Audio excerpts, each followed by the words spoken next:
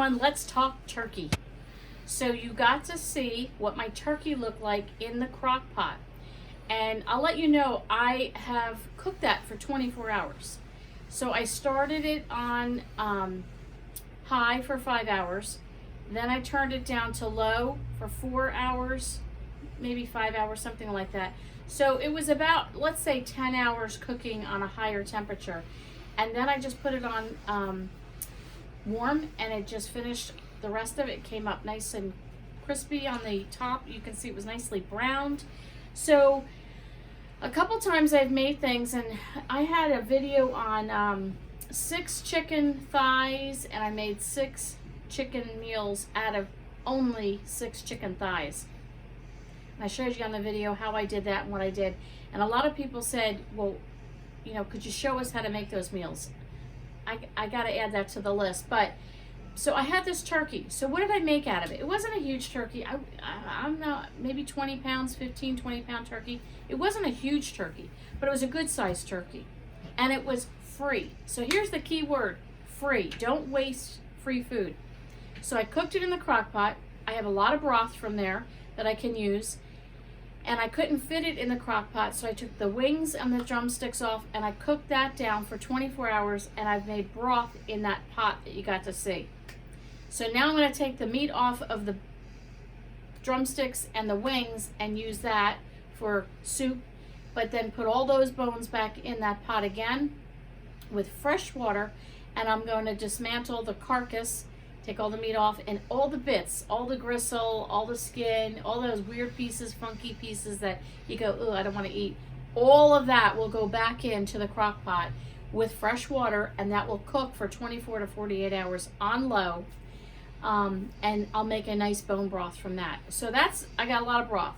So tonight we made, you could see old-fashioned. There's a restaurant down the street.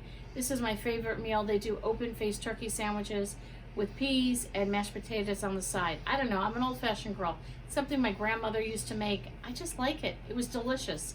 So I had bread, but I need bread for lunch tomorrow, and I only have a little bit left. And I'm trying to stay on budget for this month, and I didn't want to buy bread till the weekend. You know how this goes. So I thought, oh, I have biscuits in the freezer. Pulled out those biscuits, and I took the gravy, the peas, the turkey, and put them over the biscuits and put mashed potatoes on the side. Let me tell you, it was a meal fit for a king. My husband's behind the camera giving it a thumbs up. It was delicious. Turkey was free. The mashed potatoes came from the Dollar Tree. They were Idaho. There's another one here. This is the cheese flavor, Idaho brand. They were good, and what I did is I added some of the turkey broth to the potatoes to give them some extra flavor, and I put some of that complete seasoning on it to add a little extra. Oh, so good. Biscuits were Walmart brand pennies. Half a can of peas would have been like maybe, I don't know, a quarter's worth of peas, and the free turkey. The gravy, I got a packet of that. It was 50 cents. So I'm talking like to feed the 3 of us. My husband had seconds, so there's really 4 meals in that, and there's probably enough for all of us to have lunch. So you're talking 7 to 8 meals out of that, and it probably, if it cost $1, maybe $1.25, because the turkey was free and everything was discounted, $1.25 for 8 meals. You divide that up, we're talking what, quarter each, 20 cents each for a meal. It was a good deal. What am I going to do with the leftover turkey? Turkey soup, turkey pot pie, maybe turkey and dumplings instead of chicken and dumplings, turkey hash, some potatoes, and some red and green peppers, and make that a nice breakfast. And I thought, I've never made turkey or chicken croquettes. That's a very old-fashioned meal. I might try and give my hand at that. And if I get a good recipe, I'll bring you guys along. So what can you do with just one simple little turkey? You know, after the holidays, when nobody wants turkey anymore and they go down real cheap and on clearance, get yourself a cheap turkey. You can make a lot of food out of it. So I hope you enjoyed that. Another What's for Dinner. It was a very simple meal, but I'm telling you, it was oh so delicious. Okay, so I want to give you a quick tip. I love this tip. I learned this years ago, and you know, you get away from all these good things, you know, and then you get away from it, and I'm getting back into it. Trying to be more frugal get back into using what I have. So you have a box of cereal and you get these bags and the cereal comes in it. These are very durable bags. These are great freezer bags. So if you get a package of chopped meat and sometimes it's kind of funky at the bottom, you know, it's starting to, because it's fresh meat and it's starting to drain at the bottom, and you don't want to just stick it in your freezer, don't waste and buy a box of Ziploc or storage bags or something like that. Save your bags from your cereal. You can just rinse them out. You can put them over, you know, even a can or just over a glass to drip dry. And usually, if you're just putting something in the freezer, in here that's going in the freezer that's pre-wrapped, you don't even have to wash these out. Just shake them out. It's only cereal. But these make excellent, excellent freezer bags, and you can wash and reuse them. So you can put your meat in there, fold it over, stick it in the freezer, everything's protected. Or if you have an extra vegetable, or you've made soup and you put it in a storage bag or something like that, and you want to have a little extra protection, save your cereal bags. Cheap and frugal tip. Okay, there you go. So here we go, guys. See this money? Do you see this money? How far can $5 a week take you? So my question to you is, can you build a stockpile in only 1 month? And the answer is, drum roll, yes you can.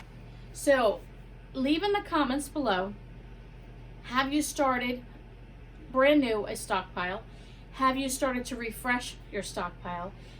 Have you taken $5 a week and decided that's it, I'm doing it?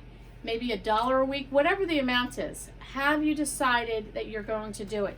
Maybe this month funds are tight, you know, first month after the holidays, Christmas and all that. Maybe you didn't have the money. That's okay. Are you making plans? Are you making a list? Are you getting yourself in the groove? So what did I get for my last week of groceries in my stockpile for my $5? Let me show you. First, let me insert a picture of what I got for the month.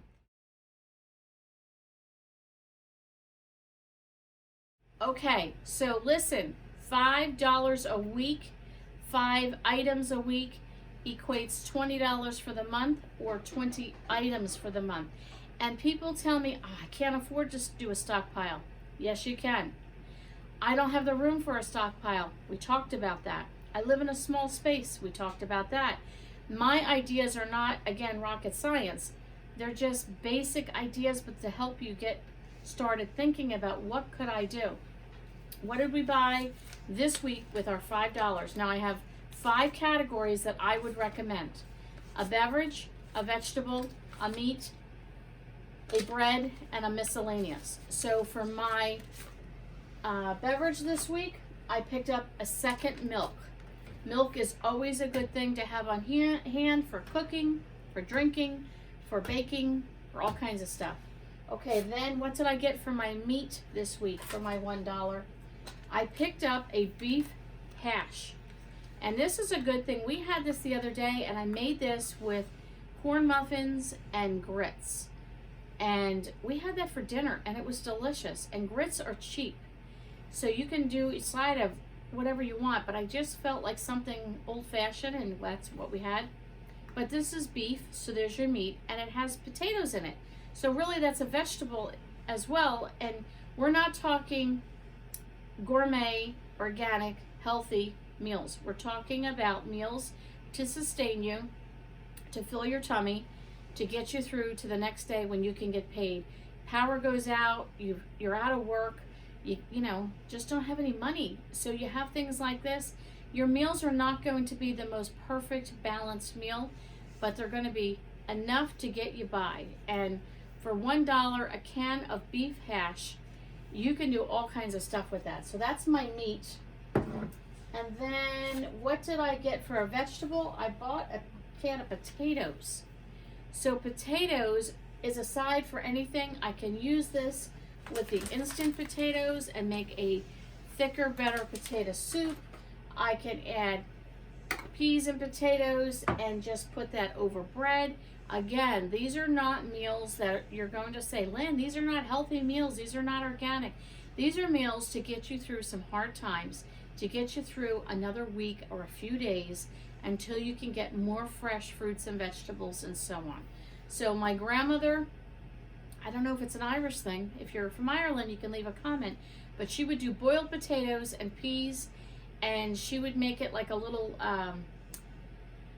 they call it a roux, and she'd mix that up, and she'd put that over bread, and that was dinner sometimes for her. She didn't have a lot of money, but that's what she did. Okay, then what did we get for our miscellaneous? I picked up Velveeta cheese sauce.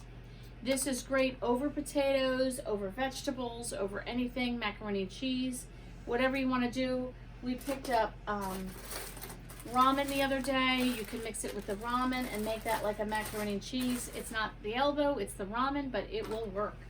All right, and then for my bread, what did I pick up this time? I picked up the rice cakes. I love their rice cakes. They're nice and small. They're not too big, and they taste delicious. They're brown rice cakes with 7 super seeds. So you get a little extra. They have a cream cheese spread. I think they call it cheese. Kind of a funny spelling, C-H-E-E-E-Z-E or something like that. It's like a cream cheese. It's not real cream cheese. I will tell you, it is good. It is very good. And some of you mentioned you can't find bagel, everything bagel topping, is that what we call it?